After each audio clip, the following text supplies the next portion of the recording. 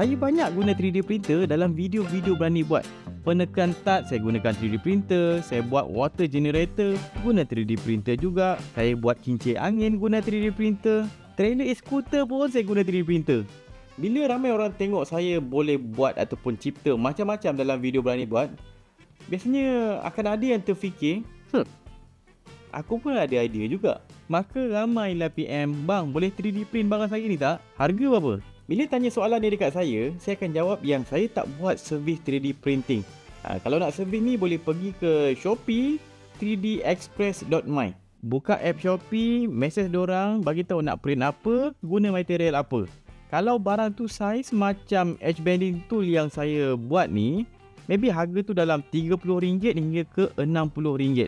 Harga RM30 ke RM60 untuk benda macam ni tu disebabkan beberapa faktor. Walaupun design sama, harga dia boleh varies bergantung kepada jenis material. Kalau guna material PLA, boleh print laju, result cantik, design tak perlukan post processing yang banyak. Jadi kos dia boleh rendah lah sebab dia punya material tak mahal, dia punya masa tak perlukan banyak, elektrik pun tak guna banyak. Tapi kalau guna material lain, contohnya PETG, material ni dah tak boleh print laju dah. Bila tak boleh print laju-laju sangat, mesin 3D printer tu akan perlukan masa yang lebih lama untuk menyiapkan projek ni. Kos elektrik, kos mesin tu kita sewa sebenarnya untuk buat benda ni, itu semua akan meningkat lah sebab masa kita guna panjang. Kalau kita guna material yang lebih advance macam ESA ni kita boleh print laju, tapi kita tak boleh pakai printer biasa. ESA ni kita perlukan printer yang tertutup habis supaya haba dalam tu panas masa kita print. Bed dia 100 darjah Celsius, nozzle 280, ruang dalam tu kena maintain 60 darjah Celsius ke atas. Mahal lah. So, soalan pertama saya dah jawab, berapa harga untuk kita 3D print sesebuah barang? Soalan kedua, mana file dia? File 3D yang perlu digunakan untuk 3D print. Contoh, untuk print barang yang saya buat ni, saya perlukan file 3D daripada software. Dan software yang kita gunakan ni adalah software CAD, iaitu Computer Aided Design. Kita perlukan software CAD ni untuk memudahkan kita ataupun membantu kita menghasilkan design 2D ataupun 3D untuk digunakan dalam dunia sebenar, dalam produk yang kita akan buat. File yang kita perlukan untuk 3D print ni datangnya daripada software CAD. Ada macam-macam jenis lah. Yang saya guna ni Shape 3D. Ada pakai aplikasi web Tinkercad. Ini free dan basic. Nak power lagi pakai Onshape. Ini pun web app. Nak install kat komputer, kalau free boleh pakai FreeCAD. Tapi tak best sangat lah. Nak best boleh pakai Plasticity. Berbayar lah tapi beberapa ratus. Kalau saya biasa guna Shape 3D. Dia mahal sikit dalam 1000 lebih, tapi boleh guna dekat iPad. Kalau nak lagi power boleh pakai Fusion 360. Ini mahal sikit, 2000 lebih setahun, tapi boleh buat simulation sekali. Bila kita tak tahu nak gunakan software CAD ni, berapa upah yang kita perlu bayar untuk design sesebuah barang 3D? Ini bukan design 3D untuk cantik-cantik tau. Ini design 3D yang real punya barang untuk kita gunakan dalam real world. Contoh, kalau saya design tempat sapu gam edge band boleh masuk dalam tu. Lepas tu kita boleh perah gam supaya gam tu cantik je keluar dekat kita punya edge band. Design ni maybe cost dalam 1000 lebih. Kalau satu lagi part ni di mana saya boleh selitkan pisau dekat sini, then saya boleh slide satu part ni ke part kedua dia. Sambil dia slide tu dia akan ketatkan pisau dan saya boleh potong edge band, kemaskan kat tepi. Bila pisau rosak saya boleh tukar pisau lain. Yang ini boleh charge sampai beberapa ribu, 2-3 ribu boleh charge. Total upah ni maybe boleh dalam 3 ke 5 ribu. Biasanya kalau orang tu baru dalam dunia pembuatan ni, dia tak ada knowledge lagi dalam dunia pembuatan ni, dia akan terkejut. Apa hal mahal sangat? Design benda kecil pun asal mahal sangat? Walaupun dia kecil, dia bukan mudah. Contoh kalau saya nak buat tempat sapu gam edge band ni kan, saya akan tekan gam keluar melalui botol. Dan botol punya muncung ni kita ada dia punya landasan dia tu. Landasan skru ni je dah satu tas untuk design. Tak masuk lagi tempat untuk kita gamkan kita punya edge band. Dia bukan sekali design terus jadi. Kita ada proses R&D untuk design benda ni sahaja. Untuk design benda kecil macam ni je, saya perlukan berhari-hari. Saya perlu design, cari idea, test. Test tak cantik, tak cun, buat lagi. Test lagi. Tak boleh, design lagi, redesign lagi. Sampai jadi. Sebab tu harga design ni mahal. Ini kalau benda kecil. Cuba bayangkan saya buat projek macam water generator saya ni. Macam-macam nak design. Nak bagi waterproof lagi.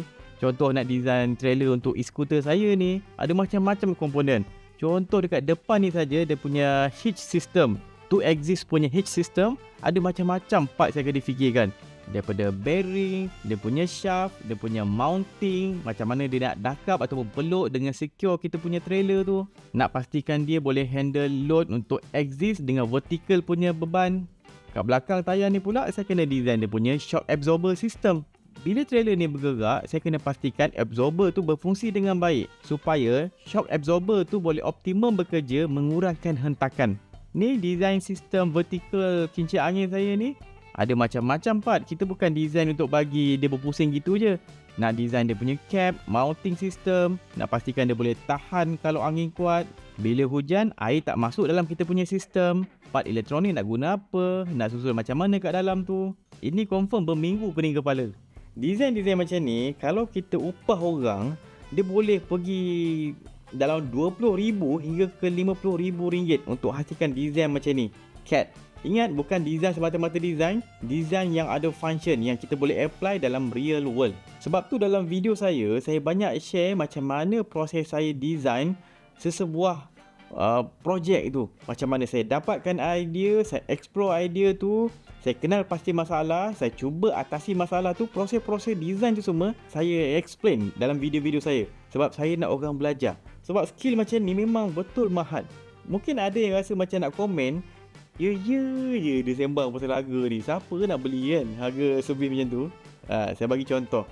Ini yang edge bending punya tool saya buat ni, saya tak adalah jual sangat. Saya jual ni kat website saya. Tapi saya tak promote pun. Saya hanya promote benda ni dalam video saya tunjuk share macam mana saya design benda ni. Itu sahaja. Dan daripada video tu saya tak ada promote kat Facebook, tak ada promote dekat YouTube, tak ada promote dekat TikTok ke Shopee. Jual dalam Shopee semua tak ada. Ini saja boleh dapat jana untung RM2,000 lebih dah. Bayangkan kalau orang yang fokus menjual ada file ni, dia dapat cari kilang 3D print, dia print banyak-banyak, dia buat marketing, dia buat iklan, cari itu ini kan. Dia boleh jana income berpuluh-ribu, no problem. Sebab kalau saya boleh jual RM2,000 dengan tak promote ni, orang yang promote betul-betul confirm boleh jual lagi banyak. Sebab tu cost design ni mahal. Contoh macam yang ini pula, kincir angin yang jenis vertical ni, kalau orang dapat design dia gunakan benda ni untuk buat satu produk, real produk, dan dia jual pada orang, dia pergi tembus market, dia pergi apply, pasang benda ni kat bangunan kerajaan untuk hidupkan lampu malam. Projek ni tak adalah betul-betul dapat tenaga yang banyak sebab kat Malaysia ni tak sesuai guna kincir angin. Tapi andai katalah dia berjaya jual dekat government ke mana-mana kan, untuk pasang benda ni banyak, berjuta tender dia boleh dapat. Design ni contoh harga kos design ni dia bayar RM50,000 lah paling mahal lah. RM50,000 dia bayar, RM40,000, RM50,000. Tapi dia boleh dapat tender menggunakan design ni sampai 3-4 juta. So saya harap video ni jelaslah menjawab berapa harga nak 3D print ni. Kalau pasaran saya dah tunjuk tadi. So bolehlah agak-agak kos ni kalau kita upah orang untuk 3D print. Kalau ada file benda macam ni dalam RM30 ke RM60. Kalau benda tu besar, akan lagi banyak. Guna material yang lagi advance, lagi mahal. Kalau nak upah orang ataupun engineer untuk design real barang yang betul-betul kita nak apply pada objek sebenar ni, mungkin ada certain part basikal yang kita nak cipta part basikal ni untuk memudahkan orang. Contoh, kita nak design satu mounting untuk letak power bank ke, contohlah kat basikal kan, itu kita punya design. Itu akan kena spend beribu walaupun kita rasa benda tu simple. Sebab engineer yang design tu nanti dia bukan just tarik drag drop siap. Tak, dia kena ada proses yang banyak. Dia kena ukur mounting badan body basikal tu macam mana, ataupun kita nak buat sistem yang universal di mana batang basikal yang saiz pelbagai pun kita boleh kepit juga. Dia kena selesaikan macam-macam masalah untuk hasil yang kita punya design tu. So confirm kena ready budget. Kalau tidak, belajar untuk menggunakan CAD, Computer Aided Design. Macam-macam software saya dah ajar. Yang so far saya dah ajar paling senang, basic untuk kita mulakan pembelajaran. Boleh rujuk video saya ajar macam mana nak menggunakan Tinkercad. Yang ini paling basic lah. Saya cadangkan korang belajar ni kalau betul-betul tak ada knowledge 3D. Kalau serius nak belajar design 3D, saya cadangkan software Shape 3D ni. Dia mudah belajar dan praktikal. Jadi saya harap saya punya video ni bermanfaat, boleh menjawab soalan yang banyak soalan ni orang tanya dekat saya punya komen dengan saya punya PM. Tapi memang tak terbalas lah. Sebab banyak orang nak minta buat saya macam-macam. Kebanyakannya saya terpaksa tolak saja. Harap video ni menjawab. Kalau nak tengok banyak lagi video education yang menarik, pergi ke YouTube channel Berani Buat. Subscribe. Jumpa lagi dalam next video. Assalamualaikum.